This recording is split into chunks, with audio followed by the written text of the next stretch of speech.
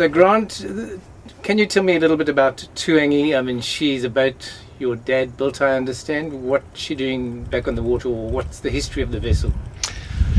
So Tuangi was built in 1978 as a U-drive boat, and families used to come along, pay $5 an hour, all the hours they wanted, and take their families for a cruise out in the Sounds or in the inner Sounds.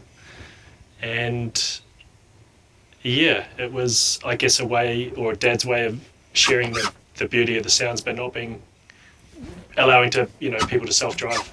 So she was built as a self-drive boat. People could hire it as effectively a charter in the late 70s, early 80s. Yeah, a dry hire, if you will. Yeah. But now she's back on the water again. She's not doing the same thing, but did you have to restore her to get her back? A little bit of paint work, but basically the boat's been kept since new. So a lick of paint and a lot of remedial work, for survey to be able to carry passengers. And how is she going to work now? People are going to be going out for exploring the Sounds as well? No, exploring the inner harbour of Picton. People will jump on. I'll take them past the beach where the boat was launched and past the shed where the boat was built, and basically give them a tour looking back at Picton from the water. So she's back effectively on her old stamping grounds, in her home waters. Yeah, she is plying the trade. Yeah. What can you tell us about the construction? How was she built? What was she built from? So Tuangi is lapstrake construction with a hardwood keel, and she's clenched now, not riveted like little boats like this would normally be, and that allows the seams, when it's out of the water for the winter months, not to dry out. So the name Tuangi refers to, or is the Māori word for cockle or oyster, and if you can use your imagination, the laps of the planks represent the ridges on a clamshell. So and she's been in operation like this for how long now? So I actually received survey just after Christmas and got busy with the big boat Katabatic, so started running charters or little harbour cruises late January. So I know you have Katabatic out there. She's a big charter vessel. You show people the Sounds, and particularly what it's like to live off the Sounds, in the sense that you do a lot of fishing charters. This is just a different string to the same bow. It is, yeah, and using another one of Dad's boats just to share the beauty of the Sounds, I guess. Yeah. What is she powered by, Tuangi now? She's changed engines? Yeah, so it used to be powered by a single cylinder Yanmar. It was a 8 horsepower, and so the design is effectively known as a Sounds popper, and that was because of the single cylinder used to make a pop pop pop with the exhaust underwater. So that's the nickname of the boat. Dad always called it the popper, and us kids, that's what we grew up in. And, we learned to drive this boat, or we learned how to drive a boat with this boat. Yeah. How many is she surveyed to carry? 5, a complement of 6, including myself. So ideally, a family that's come down this way on holiday, they want to explore the Sounds, they don't know how to, they don't want to get onto a big charter boat.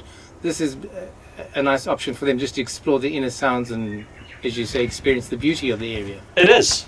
Bring your ice cream and something to drink, and we'll go and have a wee look. And how long does that cruise, the inner harbour cruise, typically last? Around an hour and a half. Yep. Keeping out of the way of the ferries and other traffic. And between Katabatic and this, you'll keep yourself pretty busy, but I will. Ideally, I'll be looking for someone to captain the Tuangi for themselves and offer them a share in the business, but it'll be a way for someone to kickstart themselves onto a career on the water. I know that you're a man of many talents, and I guess, again, in a COVID world, you have to sort of spread your talents around.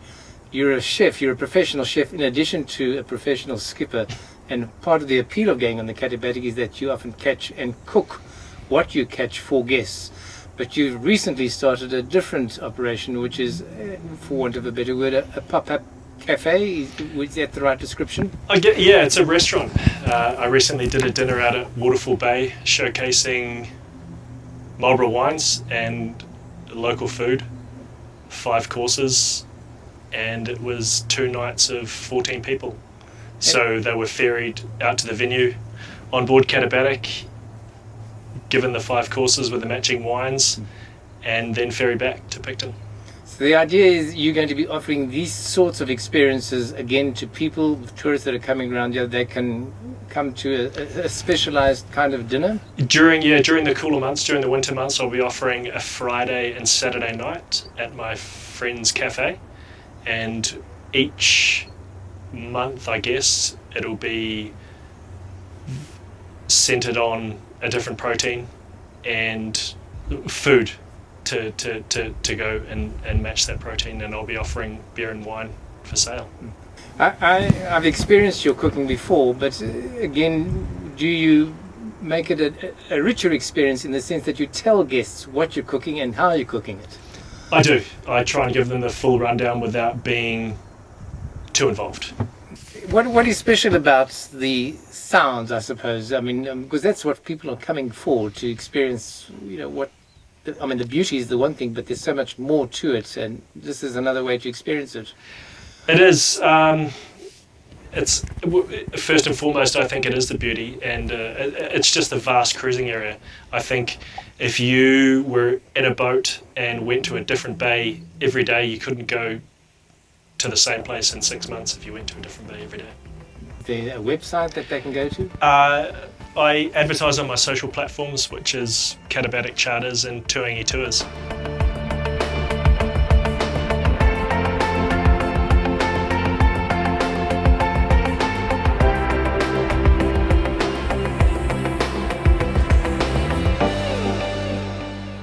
John Acklesame from Boating New Zealand. Thanks for watching. If you'd like to see more of these videos, please subscribe to our channel.